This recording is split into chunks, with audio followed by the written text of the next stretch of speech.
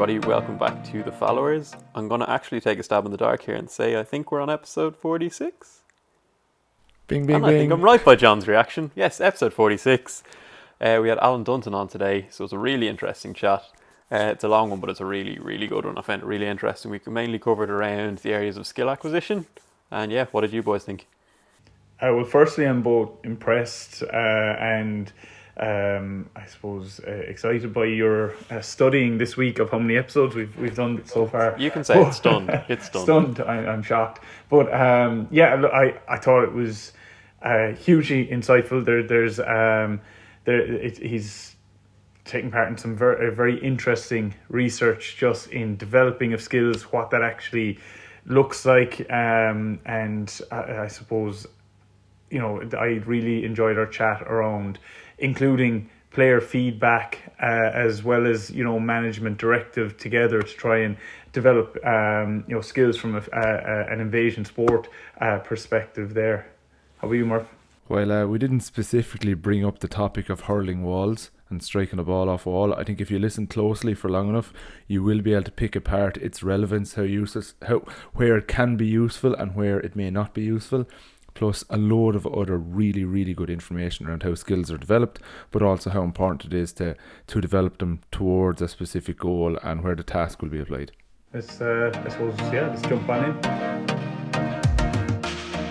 I think I know exactly where Shane is going to bring it towards the end anyway, Alan. Once you mentioned that you have a bit of an interest in golf, you're able to pull a little bit from the skill side, but also from the S&C side. I could just see Shane's eyes light up straight away, be like, oh, more golf stuff, brilliant. I suppose, Alan, it'd be great for listeners today to just maybe get an idea of you. I suppose what started you off on your path and where you are at the moment. Yeah, absolutely. I suppose I was very much a multi-sport kid when I was younger. Competed and trained in a vast majority of sports. And when I got to about 10 or 11, I had been doing taekwondo, which is a martial arts, for a good number of years, since I was about 4. So when I kind of got to 12, I got my black belt in that, and there kind of started to be opportunities to start to move towards kind of international events and that. So I kind of focused on taekwondo as a sport, kind of dropped away from GA, dropped away from soccer and all the kind of other ones I was doing at the time. And then as the years progressed, from about 15 to 19, I competed for Ireland. It was awesome, got to go to places like New Zealand and Canada, Sweden and stuff like that. And as I was competing in martial arts, it's also very traditional for the people who are black belts or the more senior people in the club to coach as you go through it. So I was kind of exposed to coaching quite early from when I was younger, or at least what I thought at the time was coaching. I think now I would just call it instructing, but at the time it was kind of my first introduction to that line of coaching. So I would coach kids, I would coach kind of teenagers, and then I would take part in my own class after that. So when I kind of got to 19, I was no longer really good enough to compete at an international or national level, for that matter, and I kind of veered away from competing, and I started my undergrad in CIT at about 18 in sport and exercise. So I did 4 years in CIT, and as I was kind of getting towards the end of my third year, I was lucky enough to have Dr. Edward Collin as one of my lecturers, and that kind of drastically steered the path of what I was kind of going to do, kind of, and what I have done since then, is that he kind of introduced these concepts of skill acquisition in his lectures, and it just kind of grabbed my attention quite drastically. Before that, I was thinking of kind of being a physiologist or a sports scientist, and I just got consumed by skill acquisition and how we learn, and particularly kind of the visual system. So I graduated from CIT and I went straight into what at the time was a master's, but it was a research master's. So I was looking at the impact of occlusion goggles, which are a perceptual motor training tool essentially, and I can kind of break that down into, it's not just what you see but what you perceive, if that makes sense. So two people may look at the same thing, but somebody who has an educated attention to that thing might perceive something completely different to somebody else. So a really easy example of that is two people looking at a team playing. Somebody who's educated as a coach is going to see formation and tactics, whereas somebody who's never seen that sport before is just seeing people move. So that's kind of the difference between seeing and perceiving in that aspect. So I started my masters, and I had Dr. Edward Collin and Dr. Keane O'Neill as my supervisors. So over the course of about 5 years, I conducted 3 studies. The first one was in basketball. So the goggles essentially remove your lower grade visual field, so it means that you can't really see what's going on down below you. So if you're sitting on a laptop, you couldn't see the keys on a laptop. So the purpose of that is, if I'm dribbling a basketball and I'm putting all my visual attention down to my hand in the basketball, I'm missing out on everything that's going on in the game. So we looked at like a really simple study to see if, while I train with these goggles, when I come back to normal vision conditions, can I keep my head up but maintain or improve my dribble?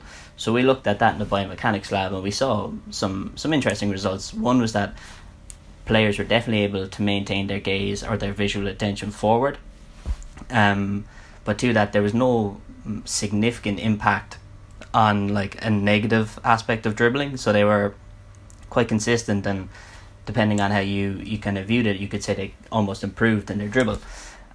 So once we kind of finished that, the aspect of that interests me most was, what can I do with the visual attention side of things? And there's kind of research on scanning in soccer, which looks at how people gain visual information in the environment around them, or from the game. So you have players like Xavi, Frank Lampard, Paul Scholes, who would constantly be looking around, and it's almost what people would describe as having their head on a swivel. So they're picking up information, and they're almost not having to look at the ball when it's coming to them, and it seems as though they're a step or two ahead. So the first thing we did was my second study, where we got a massive projector on the wall that just spat out numbers every half a second, and every 3, 4, or 5 seconds an arrow would appear pointing left or right. So when that happened, the ball essentially would be shot out of a ball projecting machine. The person would have to control the ball and then pass it to a goal on the left or the right based on what was going on. So they're constantly calling numbers. So I'm able to see, when you lose sight of the ball, can you maintain your visual attention up here and identify what's going on while still being able to control and pass a football? So I no longer have to watch a ball come all the way to my feet. I can keep my visual attention out here, and I can spend more time picking up information in the actual hypothetical game. So because we started with numbers and arrows, that's quite a non-specific sense of information to somebody who's actually playing the game. So we moved from my second study, which was at our third study, which was, we had kind of 3 phases. You'd have one person pass a ball, so they kind of took over the role of the ball machine, and they'd run left or right. So the person had to control and pass the ball as fast as they could. So the ball would come in, it would hit a timing gate, so it would start a timer, and then as soon as they were able to identify the run of the person, they would pass it back. So we looked at, 1, could they pass it accurately to the person, and then 2, how fast they did it. And then we added 2 layers to that, where we had a distraction or a deception runner who ran in the opposite direction to the person who passed the ball, who we kind of would classify as a teammate. And then we added a 3rd level where we had somebody run at you. So we've gone from like quite a simple stimulus of just one person passing and moving, to one person moving who's your teammate, an opponent running at you to put pressure on you, and then somebody running in the opposite direction. So can you control a ball that's being passed to you without looking at it per se, and then identify where your teammates after moving in the environment? So are you better at kind of scanning for the more important information in the system or in the game, which is your teammate, rather than putting all your focus on the ball? And the kind of key findings we found throughout both of those football studies, that 1, people were able to spend more time looking outwards after they trained with the goggles, and 2, they were able to pass the ball significantly faster. And that kind of was quite a significant finding for us. It kind of takes away from the fact that you don't have to watch the ball as it comes to your feet, that you're able to attend to what's going on out in the environment. And it kind of that's where the PhD kind of finished, which was a relief for me, to be honest. 5 years is a long time. But the key findings was that we were able to identify that if I guide your visual attention, I'm not going to have a negative impact on your passing performance, but two, I'm going to help you potentially pick up better information, which is going to then allow you to make better decisions when you're in a game situation. What you did in Gaelic football, had you seen stuff like that previously done in basketball and you adapted it across, or were you quite early in your first basketball study in looking at that? Yeah, so I was quite early in my first basketball study. Nobody had, so the traditional research in this kind of area is very much focused on a video display. So if I had, it kind of primarily worked off tennis and handball and maybe cricket batsmen as well. So watching a video, can I identify where a tennis serve is going to, or can I identify where a handball serve is going to, or a squash serve? The biggest issue with that is that there's a significant disconnect between somebody who's able to perceive something versus somebody who's actually able to then act on it.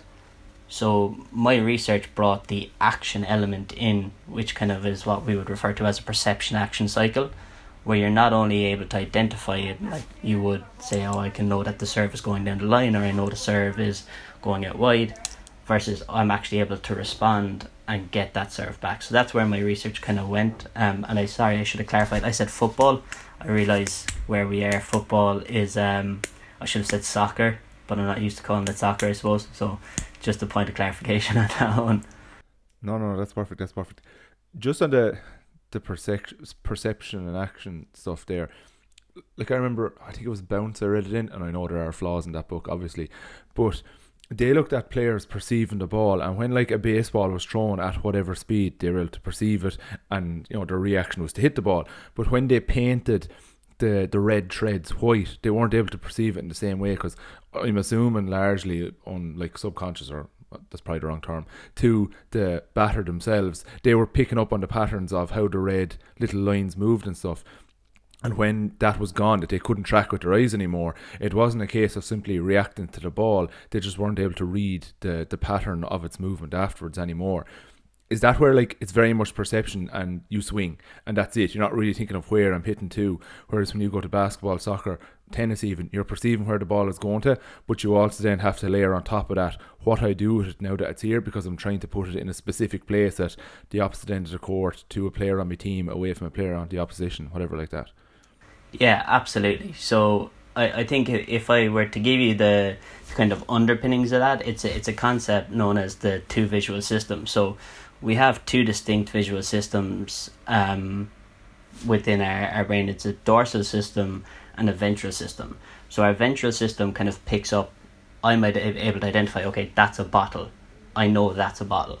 But my dorsal system will guide me to be able to go and pick up that bottle.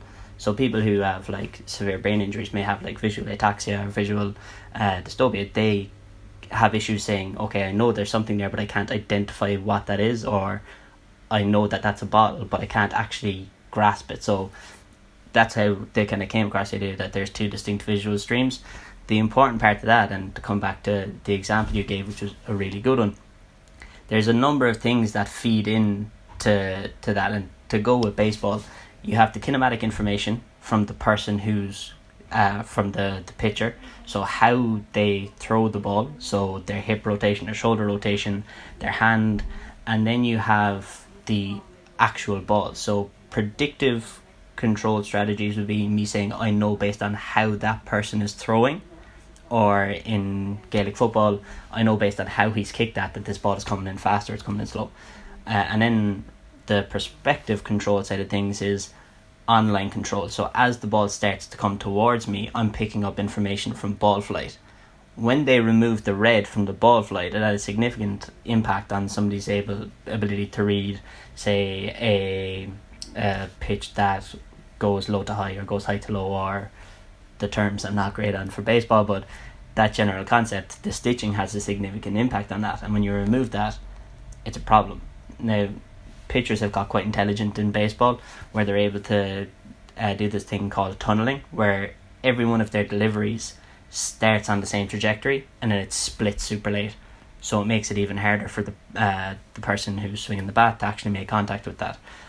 So if I were to translate that to tennis or Gaelic football, and Gaelic football is probably a better example for people who are going to be listening to this, is probably a penalty. So in hurling or camogie or in football, the information somebody shows you when they're running up to take that penalty is going to be your predictive information. So how they plant their foot, the potentially how they run up to it if they're very obvious, and then the perspective control is that online, okay, the ball has started to leave, it's either going high or low.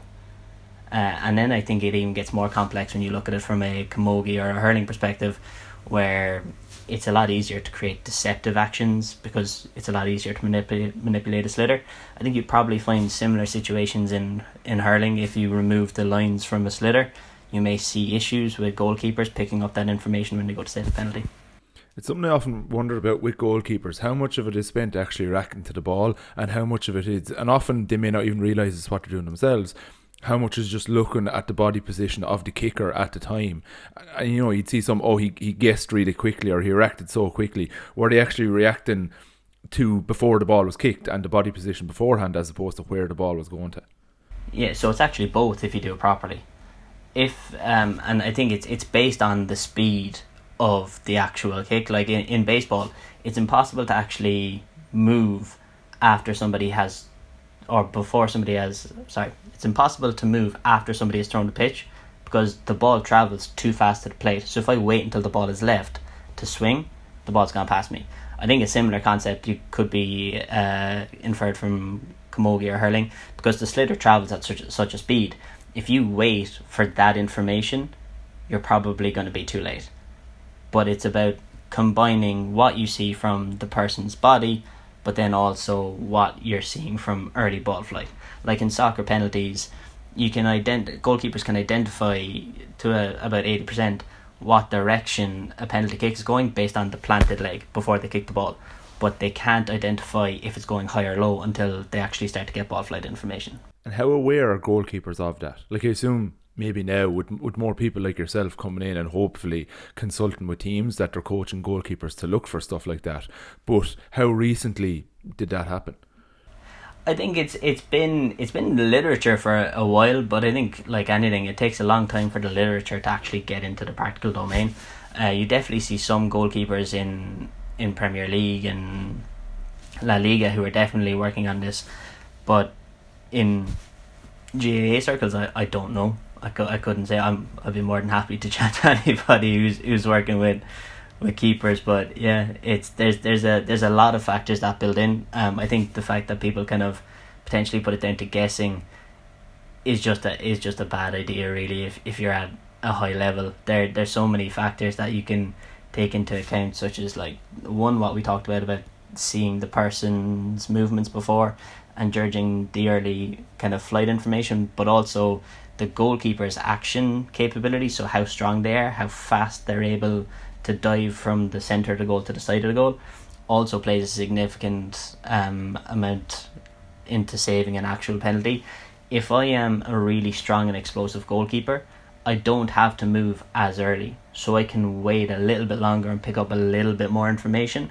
Whereas if I'm not as fast as other goalkeepers at getting to the side of the goal where the shot may potentially go, I'm going to have to move earlier. So I'm relying on less valid information, and then you're far more prone to deceptive actions in that kind of aspect.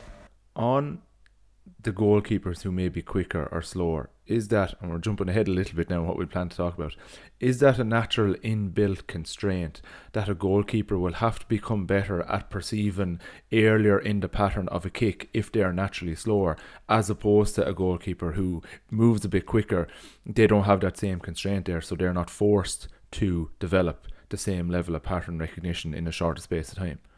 Yeah, like you could refer to it as an organismic constraint, which is the person's own physical capability, so like height, weight, all those factors built into that. Or else you could talk to it as a concept of like action capabilities, so how actionable you are or how good you are at that can have an impact on what you actually have to see. Right, and just after throwing that out, we might start touching just a bit on constraints in general then. So I'm not going to attempt it. I'll just leave you off there. Just give us an idea of what constraints are, the different types, and then maybe we'll start digging into how we can use them, and maybe what in a way is probably out there already and we don't realise the purpose it's serving in our coaching. Yeah, I one thing I will say before I kind of get into explaining them is constraints are definitely, you could definitely see constraints in the way people coach. That may be just because they came up with something that they haven't realised is a constraint. But people do apply constraints. I think the biggest issue with that is why you apply constraint is really important. So I'll start by saying a constraint-led approach is essentially kind of like how you manipulate practice to help your athletes solve a problem, be that a movement problem or like a perceptual problem. And it's kind of built off this triangle. So if you've ever seen a presentation on the constraints-led approach or anything like that, there's a triangle where at the top you have task. So you have task constraints, which are typically specific to like the action in the game. So the rules of the game are task constraints, the pitch are task constraints. Those you can't really manipulate too much in an actual competitive environment. You have environmental constraints, which is like the second side of that triangle. So the environment is like the wind, the potential weather, if you're under floodlights or if it's a sunny day. Typically people say that you can't really manipulate those much, but in Ireland we get an awful lot of rain, so there are things you can do. Say if it is raining or if there are high winds, you can use those occasions where it is like that in training as your constraint. A really important aspect of that is if I am a player who really has a high kick when I'm trying to score points, if I go for that big looping kind of shot, if I've got high wind, that's going to be chaotic. So I could use the wind and apply a task constraint of, I want you to get the ball over the bar, but I want you to keep it as close to the bar as you possibly can. So I could apply a task constraint that's going to have an impact on how somebody takes that shot. So instead of a looping shot, it's going to be a much more driven shot. So that's how environmental constraints come into play on that. An example I heard on that, now it's a massive oversimplification, but I've heard a lot of teams in Donegal, because the weather is a bit more extreme up there, that they can't actually play as much of a kicking game in club train because it's so windy and the ball takes it around. And that's why over a while they developed more of a short hand passing game because the wind wasn't as likely to impact that. And that's just, again, an oversimplification, but that would be an example of how the environment impacted a style of play. Yeah, no, I think that's perfect. I don't think that's an oversimplification. I think that is the reality just so much of as the an environment. oversimplification of Donegal's actual style of play more so. Yeah, well, yeah, sorry. Yeah. But I think you can compare that really well to links golf. I mean, like anybody who plays golf, links golf, the environment is drastically different to any other one, where the wind is chaotic and you're open to the elements much more than you would be in a course that's sheltered. So players who play in links golf have a much different trajectory in their shots, and they manipulate the ball a lot different, because if you go high, the wind catches the ball, you have less control over that shot. So the same comes from a GAA perspective or from a Donegal perspective in that example. I think I heard of a table tennis player one time who always, you know, the table players, they move further and further back from the table as they're hitting, and you know, you'd see it when you get to the Olympics final, or, you know, they're 5 yards back nearly. But I think it was a British player, I can't remember who, but he always stayed right at the table and never said, oh, he was obviously born with much better reaction or perception than everyone else. And they actually went back then through his childhood and realised that where he learned to play was in a little small garage and the wall was right behind him. So he just couldn't move backwards. So that was the environment constraining him to be forced to develop better perception. Or I don't know, I'm not sure what the correct term is here, but that's what forced him into it. Yeah, and that is, like, there are so many fantastic examples of that. There's fantastic examples of world and Olympic level cricket batsmen who played with a golf ball and a stump. And when you are a kid and you're playing with a golf ball and a cricket stump, it's a lot harder to hit that than when you have a cricket bat and a cricket ball, because you're constrained to such a smaller space. So that's a really good example of how you can actually start to build in some of these task constraints. If you have players who, like, you could move to kids, say, as an example, and you have kids who, when they hand pass, the ball just goes straight down towards the floor. You just put something in front of them and say, okay, I want you to hand pass over the wall. You're not giving them, and this is kind of the important part of the constraints-led approach, I'm not giving them a ton of explicit information on, I want you to put your hand here, hold the ball like this, and I want you to bring your elbow back this way, and I'm just going to say, I'm going to put this wall in front of you, I want you to hand pass over the wall. And that wall could be above their head, it could be lower, it could be anything. But you're applying a task constraint because you want to encourage exploration. And I think that's kind of the key thing about constraints is, why are you using constraints? So what is your goal for applying a constraints-led approach? And there's kind of a few things that you can use it for, but kind of the main thing are destabilizing patterns that are almost not optimal anymore. So if you've been playing a particular way and it's not effective in competition, you can apply constraints to kind of destabilize that. So you kind of go back to almost the process of starting the journey of learning that particular skill again. You can look at encouraging exploration, like in the example I gave, where I want to see if you can try a number of different approaches to try and hand passing over a variety of walls. And you can make a game with kids where there's multiple walls and they are in teams and they're hand passing over multiple walls, and it's a possession game. So you can make it really fun in that aspect as well. You can then use it to like highlight information. So that's where the kind of perceptual side of thing comes in.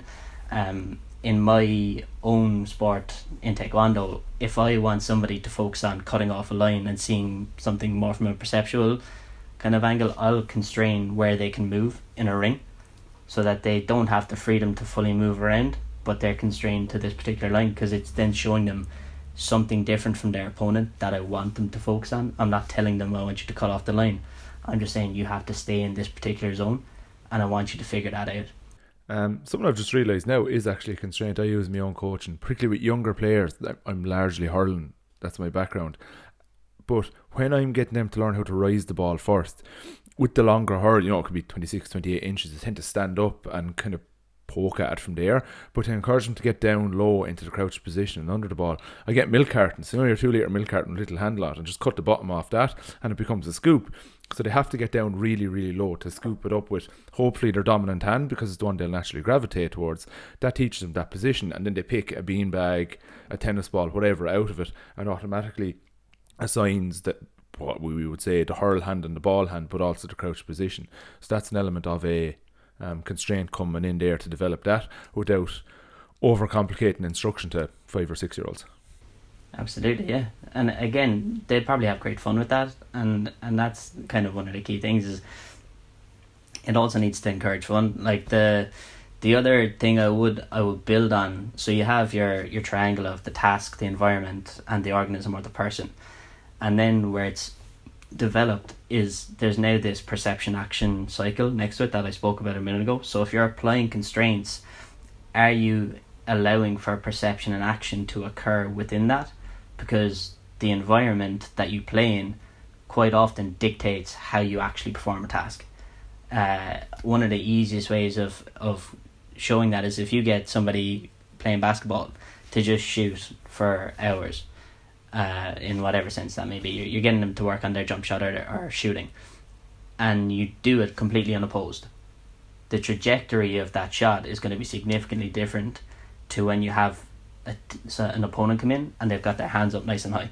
Because if I don't have anybody in front of me, there's no need for me to shoot high. None whatsoever. So unless I bring in that perception action cycle to my constraints, then I could be potentially training a movement pattern or a coordination pattern that isn't exactly representative of what it's going to be like in the game. So that's why it's important to try and then encourage that element of representativeness and perception action in there. And in terms of isolated practice, this is a massive question, but does it have a place, or is it something we should, once you have, I won't even say mastered, but put together a model of the basic parts of a skill, should you then look to put it into some kind of more contextually appropriate situation or situations, or how much time should or could potentially be dedicated to more isolated work? Yeah, I mean, this is a question I've got a lot, and I used to start off by saying don't do isolated practice, and I used to say it was the devil. I still am not a fan, to be perfectly honest. I'm not gonna. It would be very hard for me to change my mind and say, oh, actually, you know what, isolated practice is good. But when you look at where we've been as a global fucking pandemic perspective, it's been a case where people have had to practice in isolation. And if you're going to do isolated practice, one, it should be deliberate, and two, it should encourage as much variability as you can, because those are elements of isolated practice that can actually help because you're exploring. But in terms of the amount of time I would spend on it in comparison to representative practice, it would be like less than 5% and then 95% over here. So to come back to the kind of the reason you asked, if you're looking at kids developing a fundamental kind of skill in isolation, they're still going to have to use the skill in a game, so why not just get them to do it in the game? And that's kind of my first very simple answer to that. But two, you can see, like, you can develop a skill in isolation, but that may not necessarily transfer because the skill itself is different to how it needs to be used.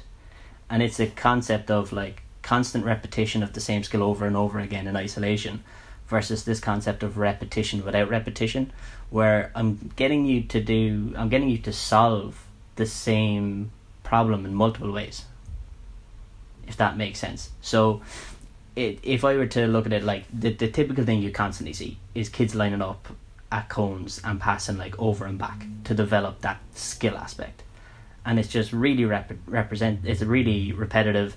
It's very decontextualized because there's no directional flow for them to go. They've got no teammates, they've got no opponents. I don't understand why there's such an emphasis put on that versus let's put them in a game, but let's make the task difficulty level much easier for them. So if I have a kid who really struggles picking the sliotar up from the floor, I'm potentially going to put that person in a situation where it's 4-on-1, where they have all the time in the world to pick it up, because you could introduce 2 sliotars and you're keeping the 2 sliotars away from one person. And a little girl who has that much time to work on it, when she's going to have a little bit more pressure from somebody potentially running over to her, is going to be much better than her just doing it on her own. And it's also fun for them to be able to develop it because she now has a teammate she's got to try and pass that sliotar to. So you're getting a lot more reps of it in, but it's a repetition. Each repetition is different. Just on another example of repetition without repetition, one of the best examples to come up with is playing a game of Bulldog. The task is get from this line to a line 20 metres away, and it's that same task.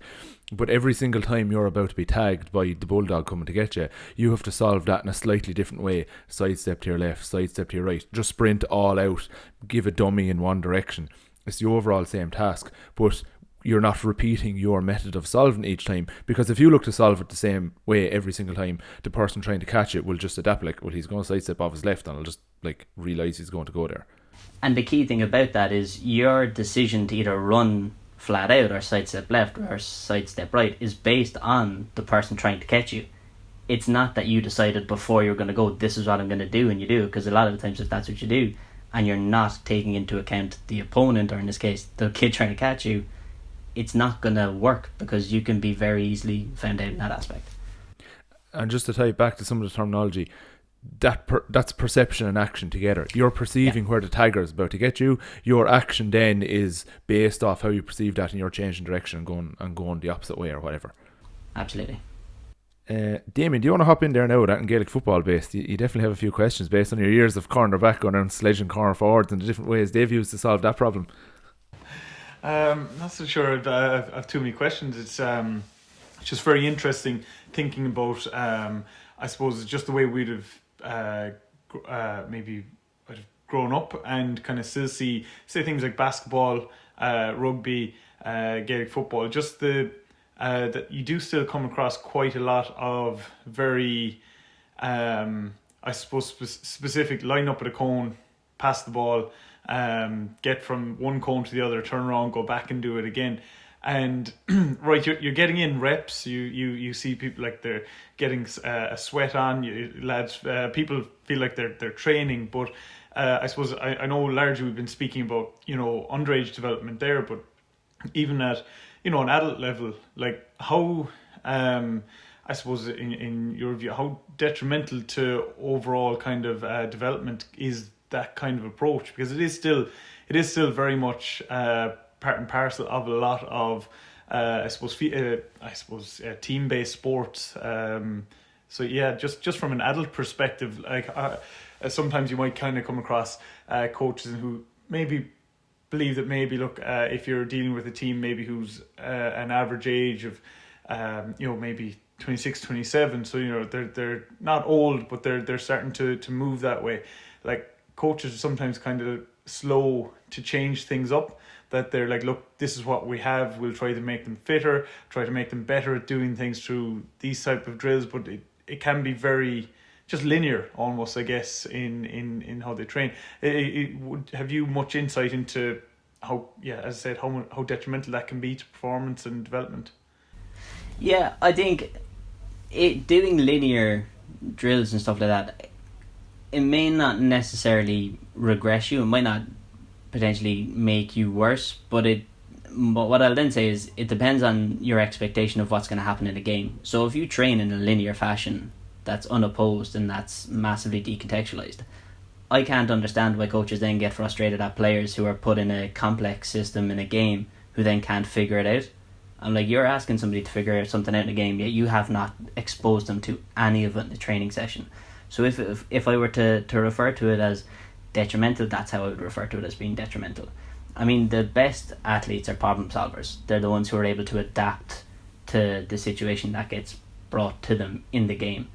And I think that's how training should be structured from that aspect, is create problems for your players to solve. And if you constantly expose them to problems that they need to be solving, then they're going to get better at solving problems in the actual game. And that, while we were talking about the kind of youth aspect of sport, that is even more so for the adult side of the game. I mean, if you come out against a team who tactically your players have not been exposed to it, and you get walked over because we just couldn't figure it out, I don't blame the players for that. I blame the coaches if they haven't put them in that situation. It's very easy to say the players are at fault, and you can have people who say, oh, this player always gets found out in this situation. I'm like, okay, well, have you put them in that situation in training? And you kind of get the what you mean. I was like, well, you identified that that's a problem for that player. One, have you told him? And two, have you put him in situations that are similar to that so he can try and figure it out in training? And quite a lot of the time, you get like a bizarre look of, well, what you mean? Like, it's his fault. But that's where I think it's just a bit ridiculous. Like, it's about players and coaches co-designing sessions together. Players can come to a coach and say, look, this is what I'd like to work on, and you say, okay, well, let's create a situation for this in your game. It doesn't mean your whole session has to go to that person. I did a basketball session recently where I applied individual constraints to players based on things they wanted to focus on.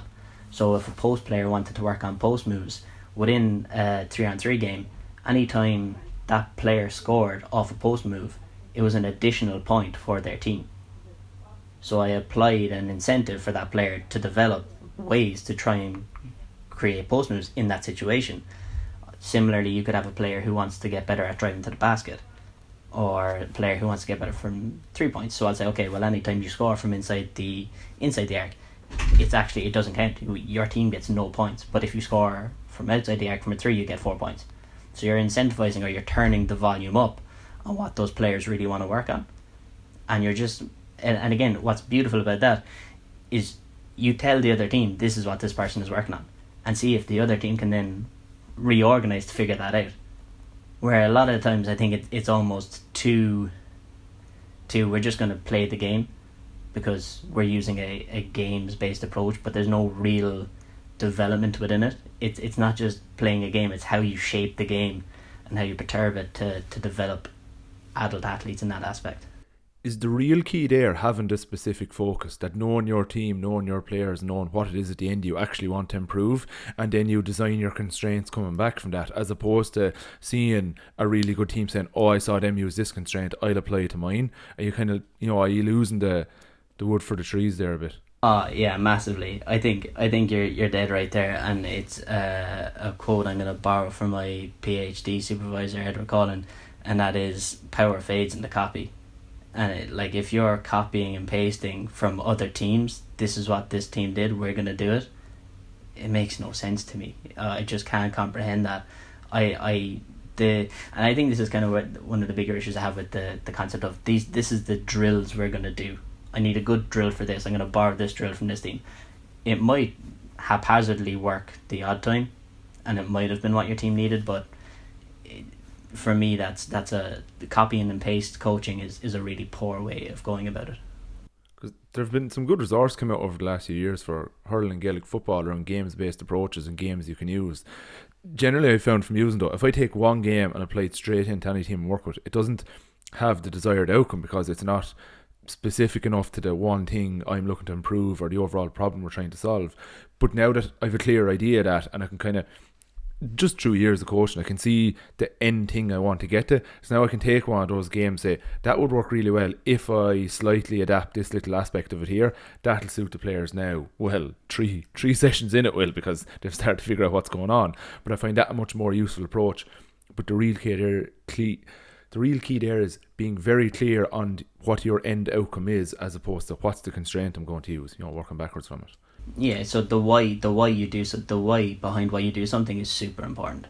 That reminds me of our conversation with Colin Nally a while back, where he just he has a games based coaching book out, but he's very which Damien featured in, which may or may not have featured in, but he was very clear in that it's not so that you can have the book and go, right guys, we've got a book of drills here. It's so that you actually take in what the drills are looking to achieve and start to think, how can I adapt this to what we're looking to improve upon?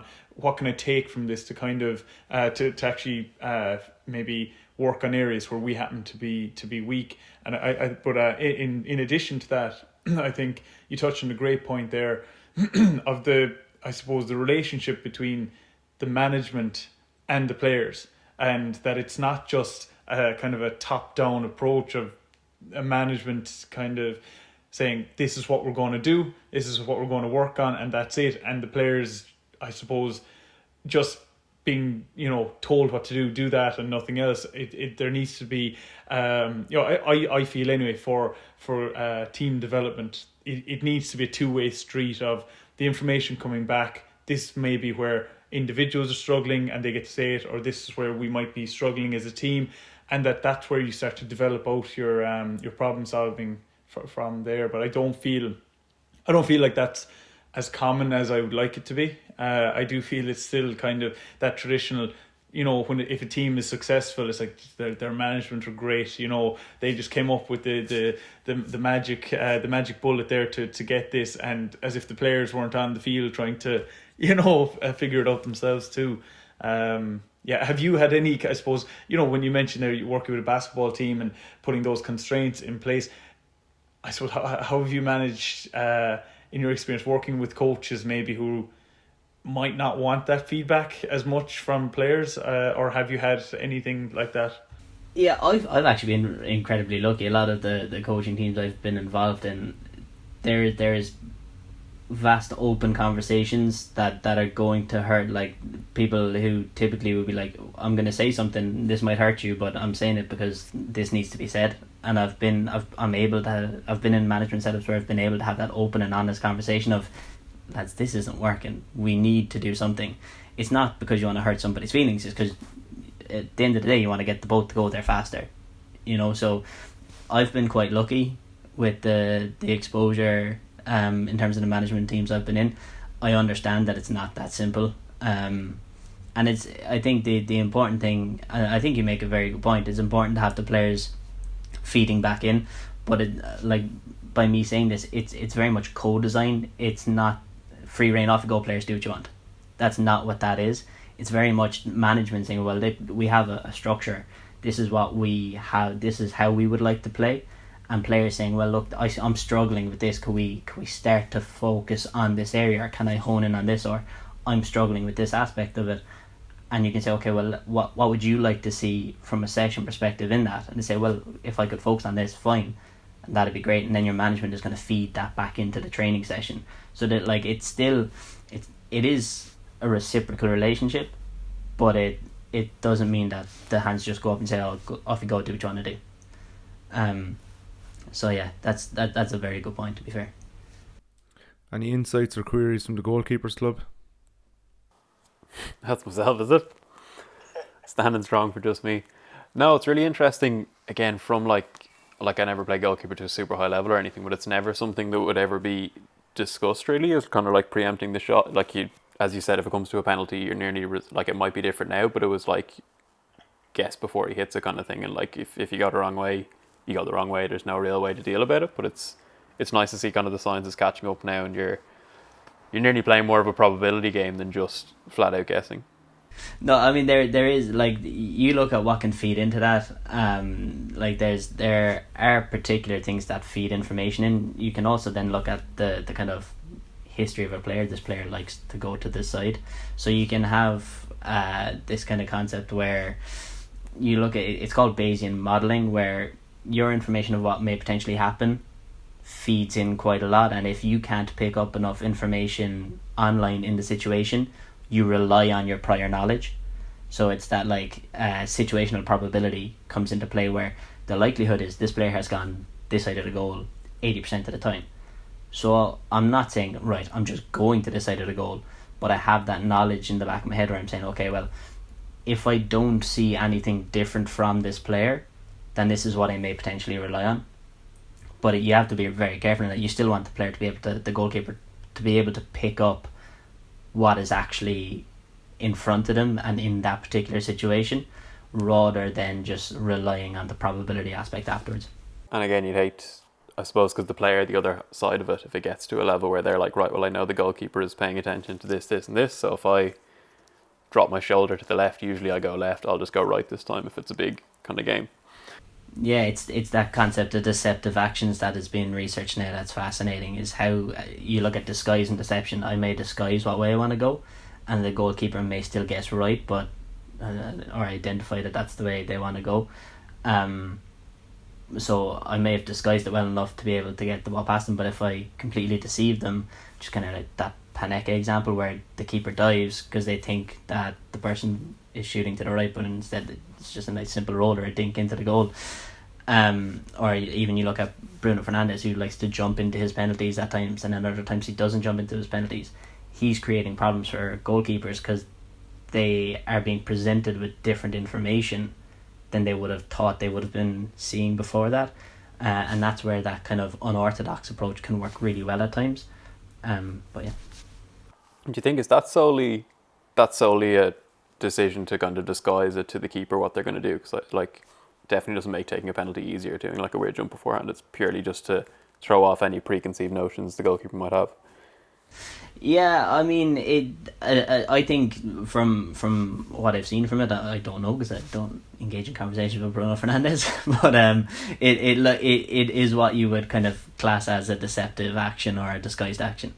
Like a really simple example of that is a sidestep when you step the wrong way before you go the other way in rugby. So you deceptively step the wrong way, and then you come back. But again, there's still cues that are going to give you, like postural cues that are going to give you enough information, like the hips. So like anytime I'm working on that kind of one-to-one kind of invasion based stuff, I'll always refer to Shakira with my players and tell them the hips don't lie, follow the hips. So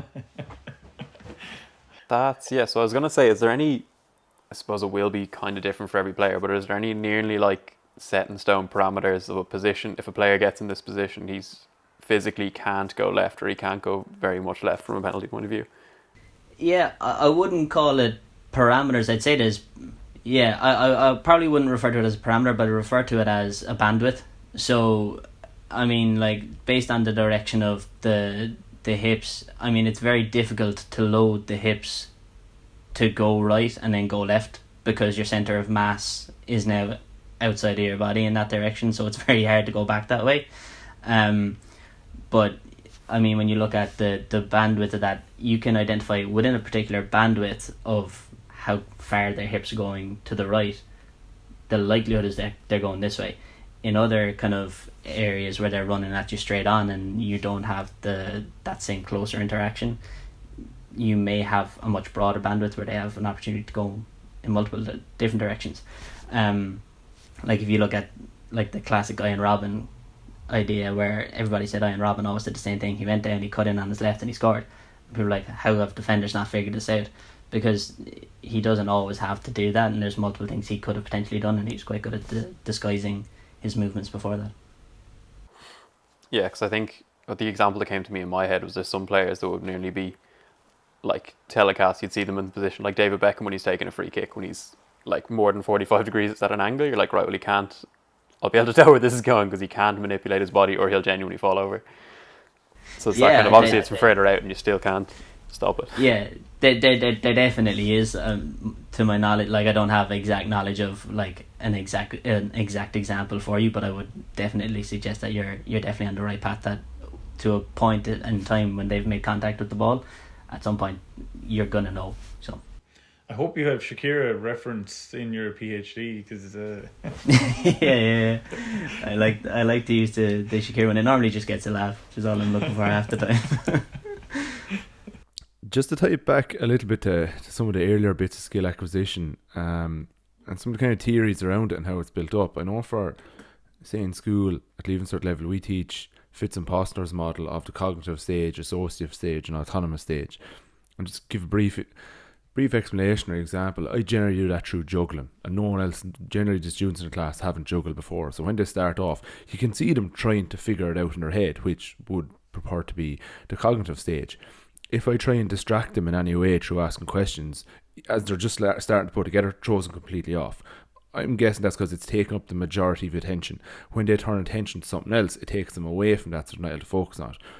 From doing this over a few years, I've gotten reasonably handy at juggling, so I can juggle away and chat to someone beside me. So I'm gone on towards associative autonomous stages because it's not taking up the same amount of attention in my head. I feel somehow that's possibly maybe an outdated model or a bit of an older model. It may have evolved a little bit since. Can you give us kind of where research is currently at and what kind of theory around it that you generally follow? Yeah, I mean, like I do. There are some aspects of the Fitz and Posner model that are really good, and you gave a really good example of dual tasking there. If and it's something I use in rehab from an S&C perspective, is I'll get players to dual task, and if their movement breaks down, you know that they're focusing too much of their attention on the body or whatever. But to move on from that, there are other models. So the Fitz and Posner model is very much an information processing model, which kind of is more aligned to a linear progression of development. It's kind of tick off step 1, tick off step 2, tick off step 3, and there are a number of other models. You've got like Gentile's, you've got Bernstein's, and one that I kind of would lean closer to, it comes from an ecological dynamics perspective, and it's a Newell's 3-stage model as well. So a lot of these are 3-stage models, but he, instead of going cognitive, associative and autonomous, he goes coordination, control, and then skill optimization. So coordination is kind of establishing coordination functions. So in juggling, there are coordinations of the hands that you kind of need to get it to be able to juggle. Or in hurling, there are coordination patterns to a ground strike that typically there's a bandwidth of things that work in that motion. So you create a coordination pattern between your limbs. In the kind of early stages with novices, a lot of the times they'll do something that we call freezing degrees of freedoms. So degrees of freedom are like if you were to look at your shoulder, in a really basic sense, your shoulder has 3 degrees of freedom. It can move forward, move sideways, it can move backwards. But then when you layer that with additional degrees of freedom, you have the musculature that impact on it, and obviously your shoulder can move in a lot more places than just the traditional 3 that we would view it as. But when you look at a novice who's learning a new skill, they typically start to freeze those up. So I would suggest that if you were to look at some of your pupils when they're juggling at the start, the movement is a little bit more rigid or frozen as they're trying to coordinate themselves. And then the kind of step 2 of that model is control. So once they have like a basic coordination of juggling kind of established, they almost kind of start to gain control rather than almost just about having the coordination. They're now in a more controlled sense of juggling, and they start to free up those degrees of freedom. So if a ball goes a little bit wider than they thought it would have been for where they would have typically been juggled, they can adjust to that, and they've got a little bit more control, and they're able to free up the kind of degrees of freedom around their arms, their wrists, their elbows. And it's in that kind of stage, it's about kind of creating an adaptive but a stable behavior. So I would talk about like stability and coordination, and then stable adaptability. So stability in coordination is something that this is what I'm doing. It's very up and down, or if I'm tapping my fingers off a desk, there's stability in that coordination. But when I'm talking about a stable pattern that's adaptive, it's a little bit more towards that ability to be able to adapt to the unpredictable nature of the ball sometimes. It's still controlled, but I'm adaptable and I'm stable in my ability to adapt, if that makes sense. So to tie it back to maybe a sporting example, if we go back to hurling, if I stand ball in my left hand, hurl in my right hand, I throw up the ball and I hit it. That's a stable movement. But if someone is coming from behind me to hook me, or someone's coming to front to block me, I need to sidestep slightly but still be able to hit it. So it's still stable, but it's adaptive to, again, wherever the constraint is coming from, and I need to solve that problem in a slightly different way, but it's still the same. I assume core skill is possibly a little misrepresentation. Yeah, I mean, you can use striking in hurling if or camogie, and you look at when kids are learning to strike first, or even adults who are learning to play hurling or camogie at a day, they will kind of freeze the upper body, and it's kind of a more exaggerated swing concept with their upper body rather than through their arms. So that will be the kind of coordination phase where they may be connecting with the ball, and that's fine. But then in the control phase, they're doing what, as you would say, they're starting to adapt to what's potentially happening with other people around them, and they're having to adapt to that little bit more of a unpredictable nature of the skill having to be completed. And then when you kind of go to the third stage, it kind of progresses quite heavily, but it's kind of skill optimization where they're able to exploit that movement a lot better. So they may be able to start to put spin on the sliotar, or they may be able to strike sliotar into the floor, or they may be able to reduce the even energy expenditure, because that's kind of one of the key elements of that is if you take a ton of energy in each swing, and like anybody who starts playing hurling for the first time as an adult, they'll realise very quickly they'll be very sore from a lot of repetition of that. But as you get to that kind of skilled optimization perspective, you get a lot more energy efficient in your movement as well. So it's about developing on those phases of kind of freezing, freeing, and then exploiting the degrees of freedom, or essentially how you move, if that makes sense. So that's kind of the Newell's model. And then there's been a little bit of a development on that. And this was done in a book, The Dynamics of Skill Acquisition. So they kind of break it down into skill development, perceptual, so kind of skill characteristics, perceptual characteristics, and then behavioral characteristics. And then their stages within that are search and exploration. They have discovery and stabilization, and then they have exploitation. The three stages are quite similar to Newell's, but it's about encouraging more of the perceptual element in the learning of a skill, because when you look at the representative environment, or for example the game, introducing that earlier is going to have a better impact on the rate of progression and transfer of those skills. So the idea being that players, athletes, whatever it is, become better at solving smaller challenges from an earlier stage, and therefore become a little bit more adaptable as they go through their playing career. Yeah. Just on, does age have any impact on that? Like, can a 5-year-old, if put into like certain situations you have to solve, are they a little bit more adaptable to that than a 25-year-old, or is it literally just how long you've been at the skill? Yeah, well, what's really interesting is the constraints-led approach was developed for infants. Like when it was initially developed, like one of the earlier iterations from Newell, it wasn't for sport. It was developed for infants and how they develop motor skills. And I think to address your question a little bit more directly, children by nature are far more explorative in how they learn. I mean, this is kind of one of the things I think coaches need to get closer to is like kids will learn by exploring, and they'll what we're going to call self-organize into particular skills. So they'll figure it out in the context that they're put in. So put them in an environment and they'll figure it out pretty well. Even like you hold a newborn, they're going to be scratching at your head, they're going to be pulling at your hair because they're trying to figure out what is around them at a constant rate. If we were to kind of apply that to a kind of an elite game, the more exploration you can encourage your players to do, the more they can figure out about the game, the better they're going to be able to be in a robustness of those skills.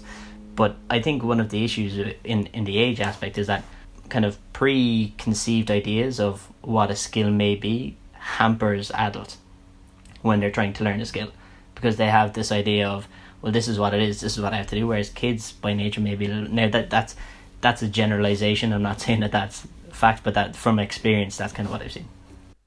Sometimes can they have, I suppose, and this actually brings up the next point a little bit around technical models and that, if they have a suboptimal movement pattern more ingrained and then they look to change, are you essentially regressing back through the steps, or is it just an adjustment at that level? Or I would say no. I get what you mean. I think it's more of an adaptation. I mean, I think the biggest issue is people fear regression in a skill, whereas this idea of practice having to be perfect is also one that is mind numbing for me. I can't comprehend it. The more mistakes some athletes make, the better they're going to learn, and quite often you see training sessions that are focused on something looking good.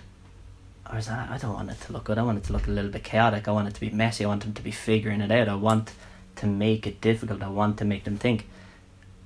So like that's so much more closer to that non-linear approach. It's learning just doesn't go on that straight line trajectory.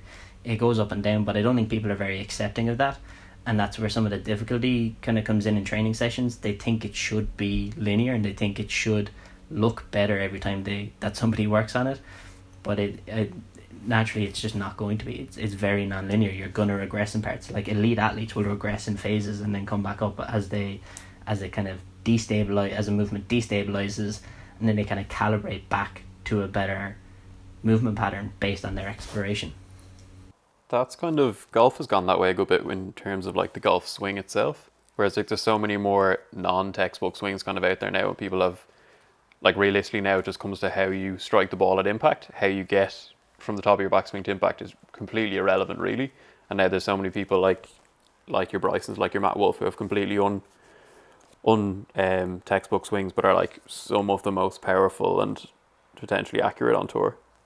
Yeah, absolutely. But I think you know what I think is fascinating. I thought Jim Furyk would have introduced the concept of that a lot earlier, but there's still quite a lot of like culturally resilient beliefs. Like there's a machine that is your perfect swing characteristics, but what you're kind of talking about is the concept of degeneracy, which is a fancy way of saying there's multiple ways to achieve the same goal.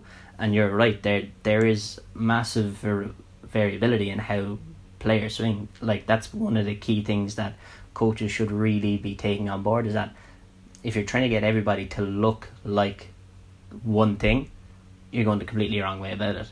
It's about embracing that inherent individual variability, because like even you look at I think it's Dustin Johnson has hyperflexion in his wrists, so he's able to get to a different position at the top of his backswing, and people have tried to mirror that, but they don't have hypermobility in their wrists, so they're almost chasing this thing that is almost impossible for them to get to, which is just, yeah. But again, it's just creating more awareness about those things, and I think it is getting much better. So one of the things I want to dig into then is like I tutor on a lot of GA courses, and most of it is with foundation level coaches. So we're trying to just give them the basics of a skill, or how to coach or teach, or as you mentioned earlier, how to instruct a skill. We generally go through idea, we introduce it, demonstrate and explain it, and the explanation is generally through what the head does, what the hands do, and what the feet do. Is that still the most appropriate method? Are we better off giving a really brief demo, just letting them at it, and then through simple constraints looking to develop it from there, and maybe having a few exemplars of constraints we could use based on a potential inefficiency, lack of competency, whatever it might be, or do we still give that explanation? Is it a worthwhile way forward? I think your latter example there of, well, not latter, kind of in the middle, where you said to just demonstrate and then let them go, for people who are novices, I think that's a way better approach. One, because like when we go through like instruction and I give you 7 things to think about in a skill, it's sensory overload. Your system's gonna jam up because you have too many things to think about. You can't do that. I mean, like, we could talk all day about external focus of attention research, which is just about taking somebody's attention away from the body and how huge an impact that has on them. But to kind of come back to your question, I think we're better off allowing people to explore within a bandwidth. I mean, like, there's obviously things that are going to be more effective. So it's not about just letting it, so go self-organize and that's it. Because that's not what we're talking about either. It's go see if you can figure out an efficient way to achieve the outcome. And if you're achieving it really reliably and consistently in performance, I don't have any problem with that.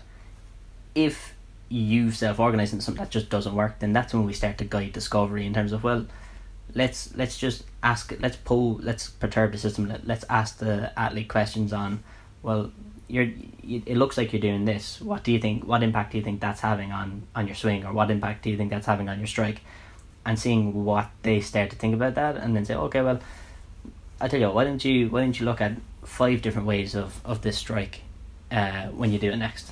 And then you're just encouraging exploration in that aspect where they might not have done it before, but it's more of a guided discovery than a show and tell.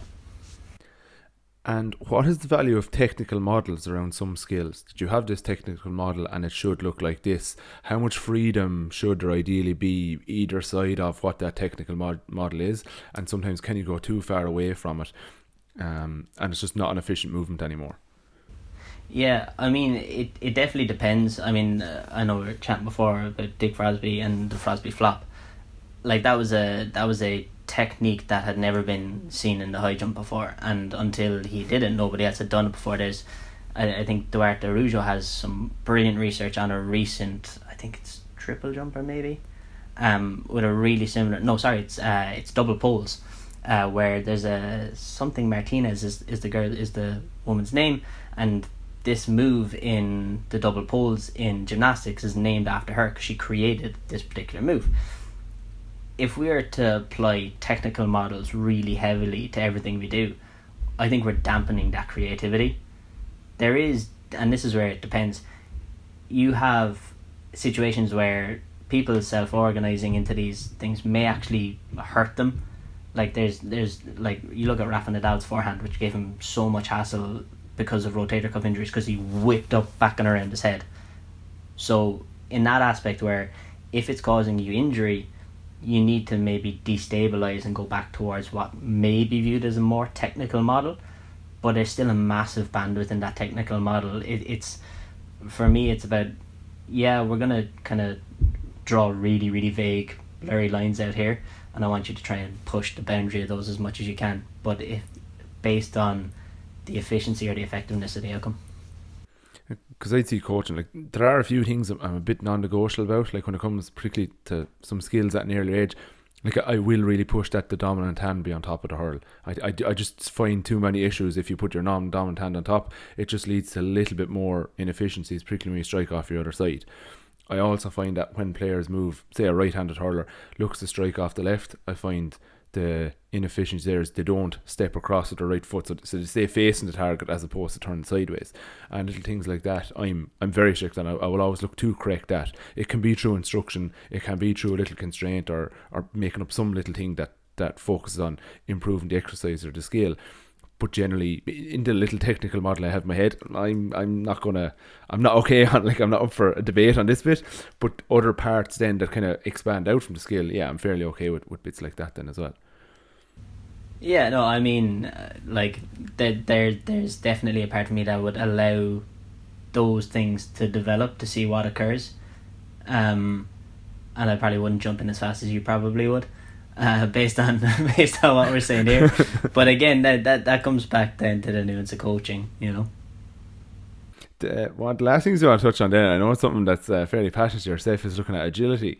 So, like we talked last week about the combine, and they have their, I'm going to put my fingers up here now, but their agility test. You have your pro agility drill, the Illinois agility test, your 5-10-5, which measures agility.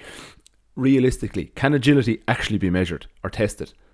Well, it depends on how you frame it. So what I think they're testing is change of direction. Yeah, I think the exact same. I don't. For me, they are not testing agility. So change of direction is like technique, your anthropometrics, your linear speed, your deceleration, your reactive strength, your concentric power and strength, and kind of the imbalances in your body. Those you can test pretty well in terms of change of direction. So you can look at how those things feed into change of direction. But to have agility, you then need change of direction, and you need perceptual and decision making, which comes back to your visual scanning, your situational probability, your pattern recognition, your gaze behavior, and your anticipation performance. So for me, if you want to talk about agility, you're talking about those two combined, not in silos. And give us a few examples there of like why agility ties in so much decision making as opposed to just run to that line, stop, and come back the other way as fast as you can. Because we move in invasion sports, we move based on our opponents. It's very rare you predetermine this is what I'm going to do, and I'm going to run this channel, and I'm going to run this line, and that's exactly how it's going to go. It like the environment dictates so much of what we do, and it's kind of this concept of forward and space control, where if I have somebody running towards me, how they're moving towards me feeds into my decision making. If they're coming at me at a lot of speed, the reality is I might actually be able to sidestep them much better because they're coming so quickly. It's going to be a lot harder for them to decelerate and change direction, or decelerate and make an agile movement to intercept me. Whereas if somebody is coming at me a little bit slower, an earlier deceptive step or an earlier move in the other direction isn't really going to fool them, because they don't have to decelerate that excessively to get towards me.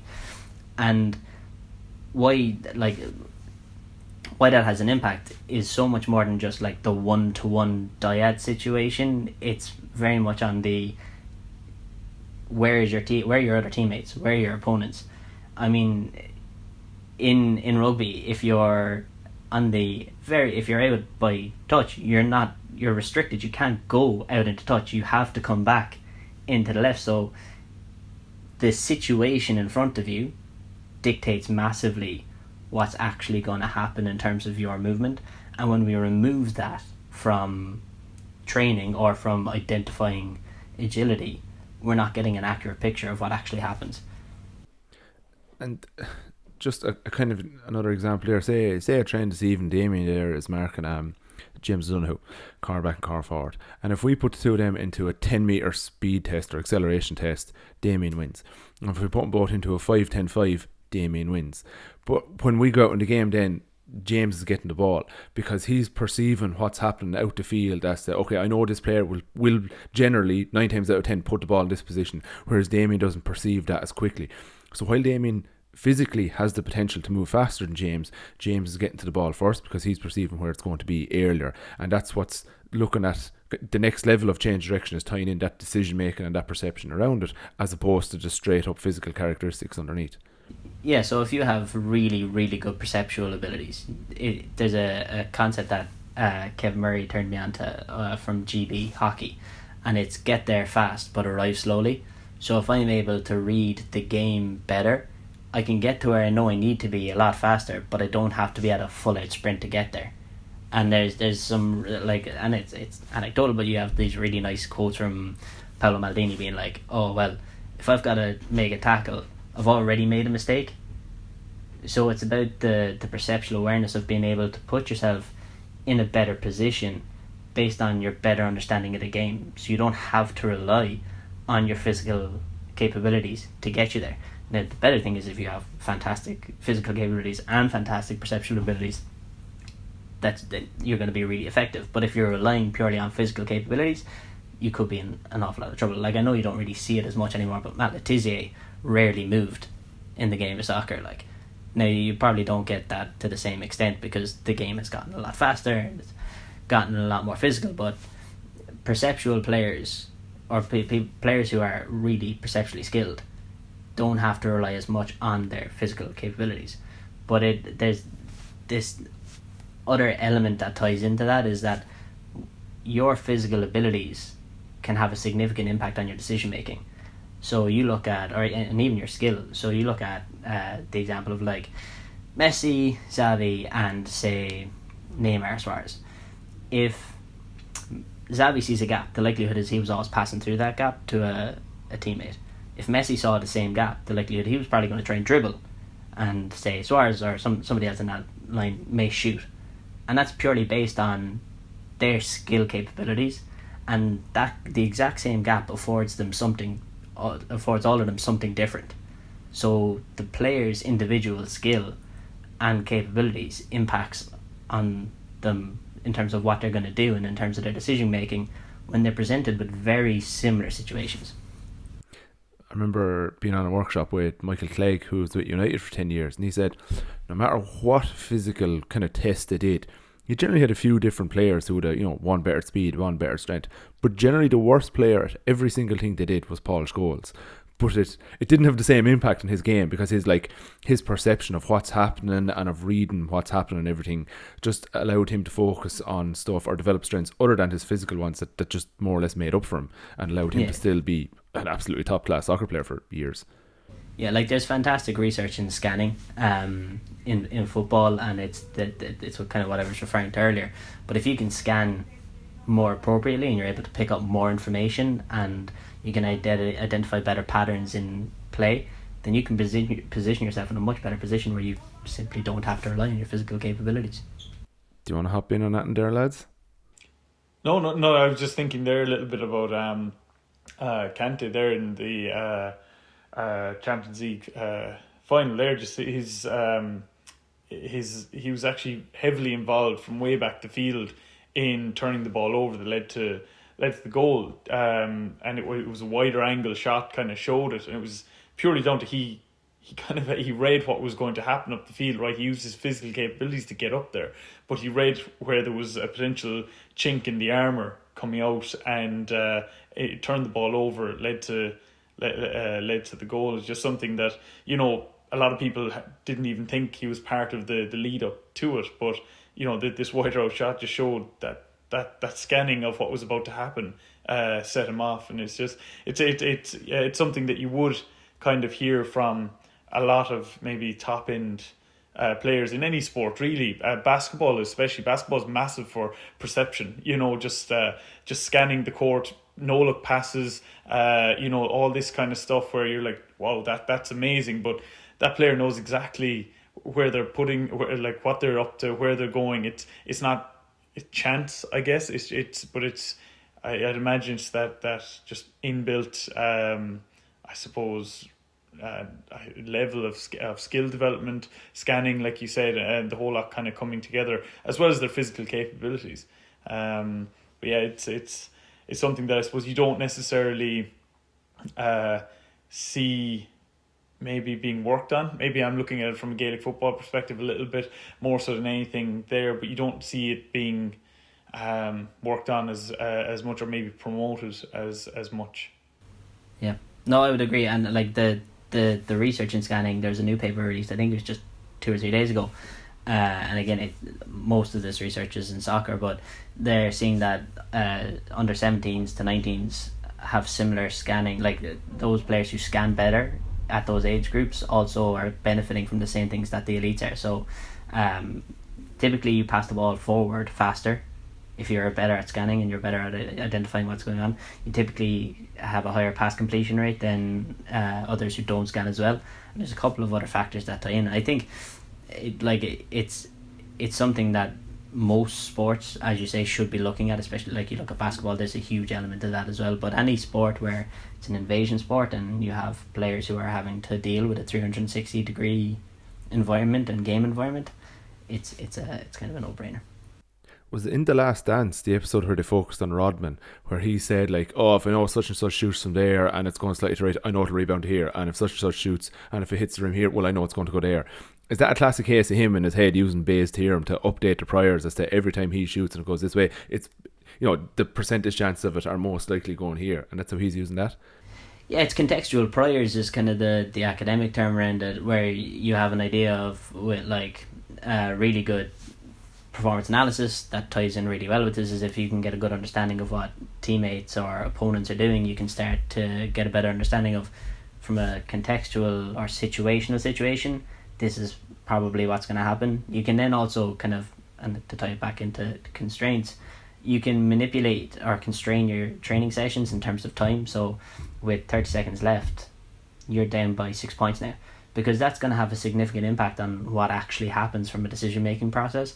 If you are down with very little time to go, your decision-making changes. Like in rugby, you're not going to start passing out wide when the clock's gone red, because if the ball goes out, that's it, game over. You're going to keep the ball in a little bit more than you typically would have, because you're not willing to take the chance of losing based on the ball going into touch. In hurling or Gaelic football, you may transition up the pitch much quicker than you typically would have if you don't have a lot of time left in that particular game. So you can start to manipulate time constraints, you can start to manipulate score constraints to impact and see how those things influence your team. But yeah.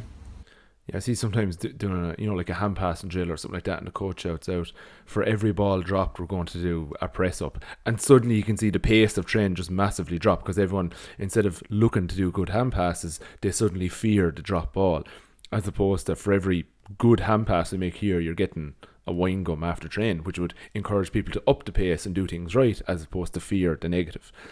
Yeah, and I think that's, and if you'll indulge me for another minute or two, I think that's a really important thing you touched on, and there's three things that you want to maintain in all your sessions for really good practice transfer to a game: is context of the game, the situation, the relevance in terms of your kind of timing, your scoring, and then your consequences. So you can apply consequences, and it's probably really important that I stress this, is that consequences aren't punishments. I really kind of dislike the idea of punishments. Exactly. In training. It just it sends the wrong message to your players, whereas you can identify consequences that are way more fun. So we were in Norway and Estonia last year, 2 years ago now, but it's hard to tell time wise, and our players were struggling from a free throw perspective. So we were saying, okay, well look, we're going to work on free throws.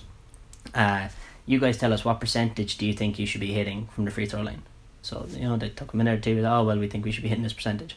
So okay, at the end of training today, you're all gonna take free throws, and we're gonna put you under pressure, and we're gonna create a lot of noise. And I had a speaker that had crowd noise, speaker that was going random sirens, and we're trying to put them off as much as we possibly could.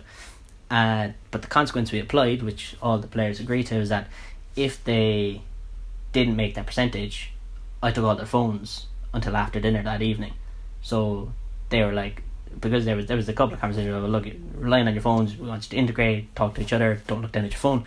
So they were like, all right, well look, that's a consequence that's gonna add value to every free throw, because they were like, all right, well I don't want to be without my phone for a while, so I'm gonna put a little bit more emphasis on this free throw. And the big thing is, one, they didn't make it, so we took their phones, took them away. But consequences don't have to be that like serious either, that bizarre. Like I have one player who absolutely despises choosing the music for a session, so that's that player's consequence anytime I go there, because it just emotes that sensation. So that's what you kind of want to do. You want to kind of create a consequence that gets them feeling like they're about to stand up in a class and do a presentation, but not a punishment. You also don't want I suppose something in the form of a punishment to kind of take from the session either. Like, exactly. Drop that. It's very rare if there's a hand pat, or that I've come across anyway, for a ball hitting the ground, that it's one push up. It's usually 5 per ball. And like, if lads are tired, or or if there's some kind of a tackle in there or anything at all, or if it's a very tight group, you can end up with lads having to do 20-25 push-ups in the thing like that can take from the rest of the session too. So there is that negative side effect from a physical perspective, as well as the psychological kind of, and it dampens creativity. Nobody wants to explore a hand pass and be creative with a hand pass if everybody on the team is getting multiple press ups at the end of the game for them trying to be creative. So you're just dampening that exploration, you're dampening that creativity, and you're not really encouraging further skill development. I still think it's nice as well to try and reward positives as opposed to punish negatives. And even then, I'm conscious of not doing too much, particularly not in some kind of external reward, because you still want the athletes to be very much internally motivated. And the true success is having a new skill you can then use in the game, or having a higher quality skill you can use in the game, as opposed to, here's, like tonight now, because this won't be released for a week, like the reward will be, you know, covering someone else in a water balloon, because we're doing little like agility stuff and reaction stuff. So your reward is obviously just a bit of a punishment for the person who gets a water balloon in their back, but the real reward is the person who nails them with it. Yeah, absolutely. Yeah, and they love taking stuff out in the coaches as well. So if you can include yourself in the consequences, they tend to really amplify their want to succeed. So. I'm really glad it'll be over when this goes out. Anything else then, Shane? You want to hop in on that? No, that's good. It was really interesting. I'm still trying to get my head around the fact that Damien beat someone for pace in your analogy. That's been distracting me this entire time. My entire game relies on reading the game. Yeah, that's what certainly not my physical attributes. Sorry, yeah, I should have flipped that example. Yeah. Well, I'm delighted with this episode because I can go back home now and be like, look, lads, I don't actually need to be as fit as you want me to be. Remember, I did say maximise both, though. Yeah. Alan, you've been brilliant with your time there. So just briefly wrap up there, your current role there at TUD and where people can find you or anything like that. Yeah, so I'm lecturing in Technological University Dublin and Sport and Leisure Management, which is great. Hopefully getting into September we'll be back on campus. If you want to reach me, Twitter is probably the easiest place. I don't have the other social medias. It's just at Alan Dunton or alan.dunton@tudublin.ie. So also if you want to drop me an email, feel free. Happy to chat through anything people have in terms of questions from what I was talking about. No, it's absolutely brilliant. I think this is definitely one we'll need to follow up on, because I still have a few questions here I want to try and go after you with. So no, absolutely brilliant. Thanks a million for that. And thank you Awesome. very much. Thanks, lads. Cheers.